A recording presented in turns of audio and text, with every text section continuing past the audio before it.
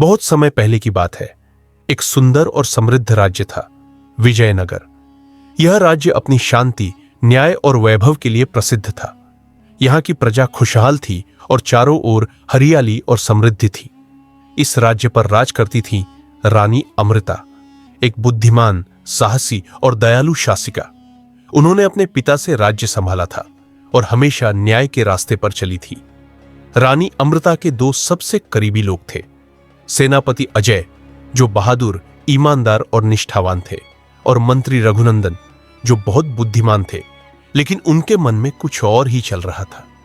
बाहर से वे रानी के वफादार लगते थे, लेकिन अंदर ही अंदर वे सत्ता के भूखे थे। राज्य में सब कुछ ठीक चल रहा था, लेकिन एक दिन रानी को खबर मिली कि सीमावर्ती गांवों में विद्रोह की तैयारी हो रही है। रानी चौंक गई। इतनी शांति के बीच ऐसा कैसे हो सकता है? उन्होंने तुरंत मंत्री रघुनंदन से सलाह ली। रघुनंदन ने कहा, महारानी, यह विद्रोह आपके सेनापति अजय की कमजोरी का परिणाम है। अब समय आ गया है कि आप उन्हें बदले और एक नया सेनापति नियुक्त करें। रानी को यह बात अजीब लगी, क्योंकि अजय ने कभी भी उनकी निष्ठा पर आंच नहीं आने दी थी, लेकिन रघुनंदन की बातों का प्रभाव उन पर पड़ने लगा।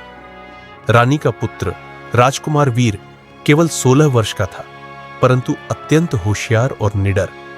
वह अपने माता पिता की तरह राज्य की सेवा करना चाहता था। जब उसे विद्रोह की खबर मिली तो वह बोला, माता, मुझे मौका दीजिए, मैं अपने सैनिकों के साथ वहां जाकर बात करूंगा। रानी मुस्कुराई, लेकिन बोली, तुम्हारा समय आएगा वीर, अभी तुम अनुभव लो, जल्द ही तुम्हारी अग्नि परीक्षा होगी।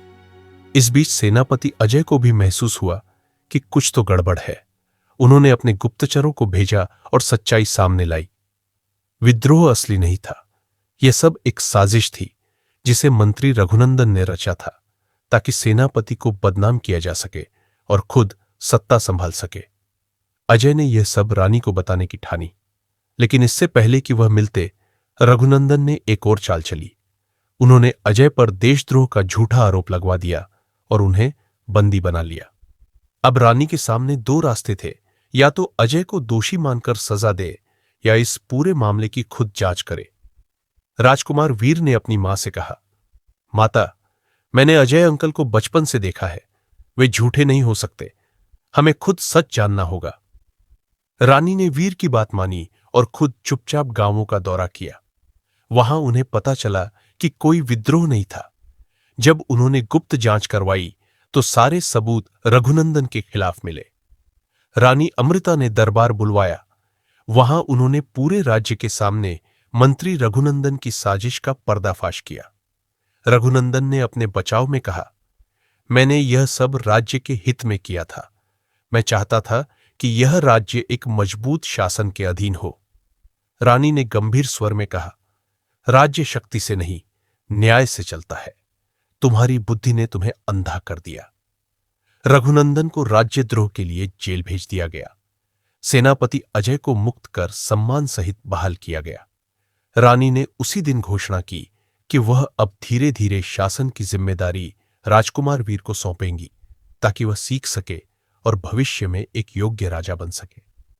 रानी अमृता ने अपने जीवन की शांति और आराम का त्याग किया, लेकिन उन्होंने यह सुनिश्चित किया कि उनका राज्य सुरक्षित, न्यायपूर्ण और स्थिर बना रहे। उन्होंने सिखाया कि एक सच्चे शासक की पहचान संकट के समय में होती है।